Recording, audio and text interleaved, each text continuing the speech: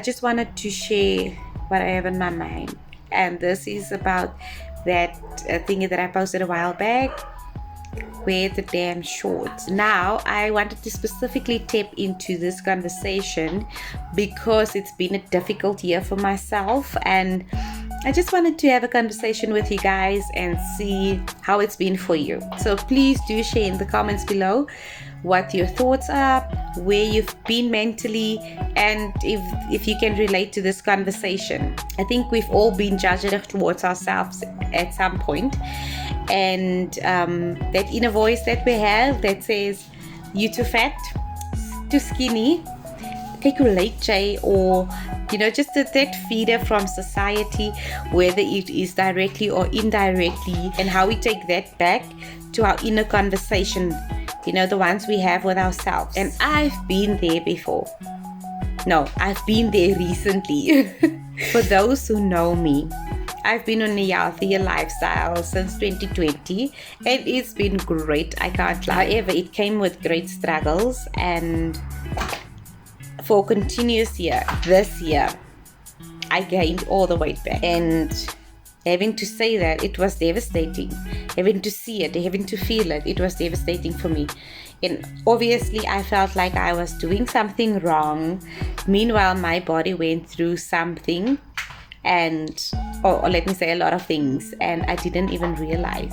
So I had hormonal imbalance, growth. The weight gain was from the treatment that I used, and it definitely took a toll on my mental health. I felt awful. I did not like myself. I definitely just asked myself, how did I get here? Thinking that I did something wrong, but I did not.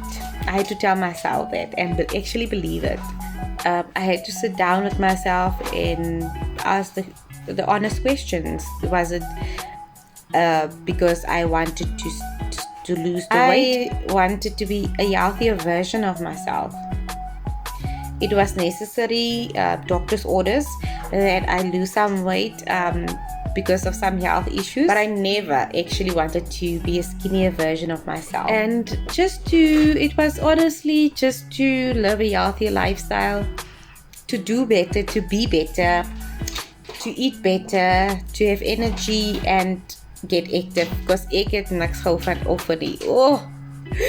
It's a struggle, but we move anyways, and just to get some body movement and activity and fitness. So honestly, that was the why I started back in 2020. So this year, 2022, I questioned myself a lot. And I just felt like all my hard work went down the drain. Thinking and, of course, imprinting it in my head that I did something wrong. I obviously didn't think rationally about it. And I just felt like, why? And not thinking rationally about what my body is fighting. And without me noticing, it became a thing. It became a weight thing. Like, you can quickly go over to an obsession than it actually being a healthy thing, if you know what I mean. And if self-awareness does not kick in, it can take over so quickly, Fam. So I have something called diastasis recti, and it's causing this bulging in the middle of my belly, just above my belly button. It's a separation of the six-pack. Is baie ver weggesteek, but it's there. And I got this after giving birth to my second child, and for a very long time, for the longest time, this bothered. I even named it. It definitely has a name. And I also have spastic colon and hormone imbalance. So this was just too much for 1 year. I'm telling you, like.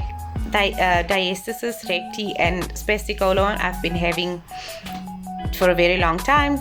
Colon for years.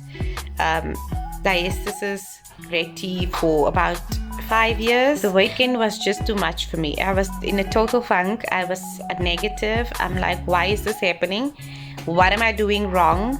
Not knowing or realizing or actually acknowledging that my body is doing the most right now.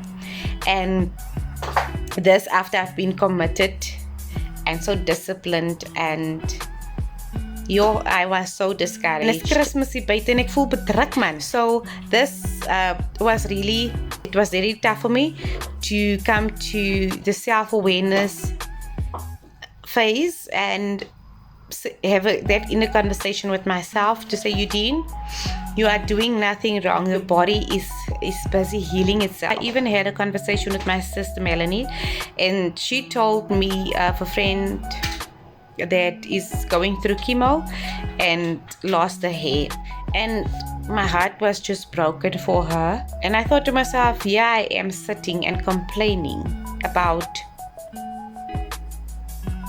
my body, you know. And she also added to it that it's okay not to be okay, and it's obviously something that I preach quite a lot, and it was difficult to get to the practice what you preach part. Definitely. I immediately thought that having these negative thoughts doesn't make you a negative person. You simply allowing to feel, but with elements of self-awareness. That's the key to it. Very much important. They go together. You'll tell me again. So the moral of the story, because ek like lang praat en ek like uitbrei, moral of the story is, as women, we have great struggles. And I think, let's say, rare breed, rare queens, rare kings, everyone, all inclusive, but I'm specifically now referring to women because I can better relate myself to it. We have weight fluctuations and just what our bodies go through on a daily basis, fighting cysts, PTSD, postpartum depression, cancers, hair loss, struggles getting pregnant, and also struggles being pregnant, breast issues. There's so much more that can have an impact on our physical appearances. This is just a few to mention. Physical appearances, but most importantly, our mental health. Is it wrong to sometimes worry about our physical appearance? And the answer would be no. Absolutely not. That's how we as women were built. I think every human being were built. That's how we were put together. Always do it for the right reasons and for ourselves. As much as we say we don't care about our physical appearances, we do. We actually do. It's just, that part of a woman that cares for physical appearances. Absolutely. We might be on different levels with it, but we love looking beautiful. Full compliment. Oh, you look so beautiful. And we love that, don't we?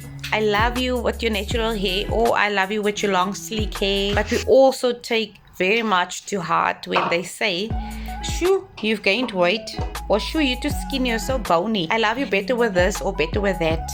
Those kind of comments. And we absolutely take those voices, those comments to heart. To what extent will we live up to society's standards and expectations? Will we ever be who we truly want to be? Will we ever not truly care? We will. We absolutely will. But we cannot control to what extent. That's where we have to tune in to what we love and why, and sit down with ourselves. Actually asking yourself, why do I actually like this? And why do I love this look? Is it for me, or is it at the end of the day for society to accept and compliment? So that's the questions that we have to sit down with and have that inner conversation. We will never be able to stop people from saying you're too fat, you're too skinny. But self-awareness, once again, we can choose how to respond to it. And I don't mean by answering their statement, I mean to personally respond to it. That inner conversation with yourself after that statement's been made, because it hurts. Take note that we cannot control what society says. We can only control how we react to it. That self-talk, that inner conversation, that's very much in the same breath important. This can also be a major problem because we start comparing ourselves. But we have to listen to ourselves, figure out what we love. If there's some physical appearances that changes, how we will deal with it, the noise, our inner voices.